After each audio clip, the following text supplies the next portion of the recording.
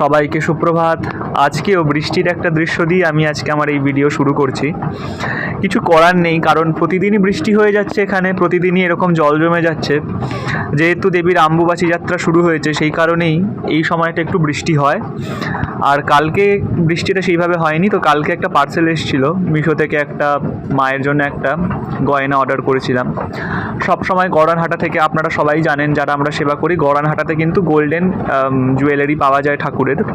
তো গড়ানহাটা থেকে সবসময় গোল্ডেন জুয়েলারি পরিয়ে পরিয়ে একটা অদ্ভুত রকমের একটা ধরে গেছে। তো তাই একটু চেষ্টা করা হয়েছে, যে মানে চেষ্টা করছি যাতে একটু স্টোনের ওপরে যদি কিছু সাজ মায়ের রাখতে পারি। তো এটা হলো একটা স্টোনের একটা হার, যেটা 7 লহরি, এই 7 লহরি নয়, 4টে লহরি রয়েছে পরপর লহরি হার যেগুলোকে বলে। তো এটা অর্ডার করেছিলাম, আনানো হলো।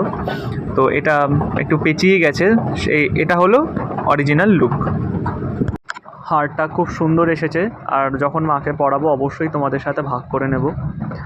আর চলো মায়ের দর্শন করে নেই। অম্বুবাচী চলাকালীন মায়ের কোনো রকম ঢাকা চাপা, আমাদের বিগ্রহগণের সেবা বন্ধ থাকে না, মায়েদের কোনো রকম সেবা বন্ধ থাকে না। কারণ বিগ্রহ সেবা বন্ধ রাখতে নেই, বন্ধ রাখলে তখন কিন্তু বিগ্রহ থেকে দেবতা সেই বিগ্রহ ছেড়ে চলে যায়। তো তাই বিগ্রহ সেবা কখনোই বন্ধ রাখা উচিত নয়।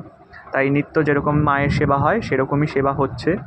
স্তব, স্তুতি, বীজ, মন্ত্র প্রয়োগ যেগুলো হয় সেগুলো এই মুহূর্তে বন্ধ রয়েছে। আর এই মুহূর্তে মাকে ভোগে একটু আম, দুধ, কলা এগুলো দেওয়া হচ্ছে।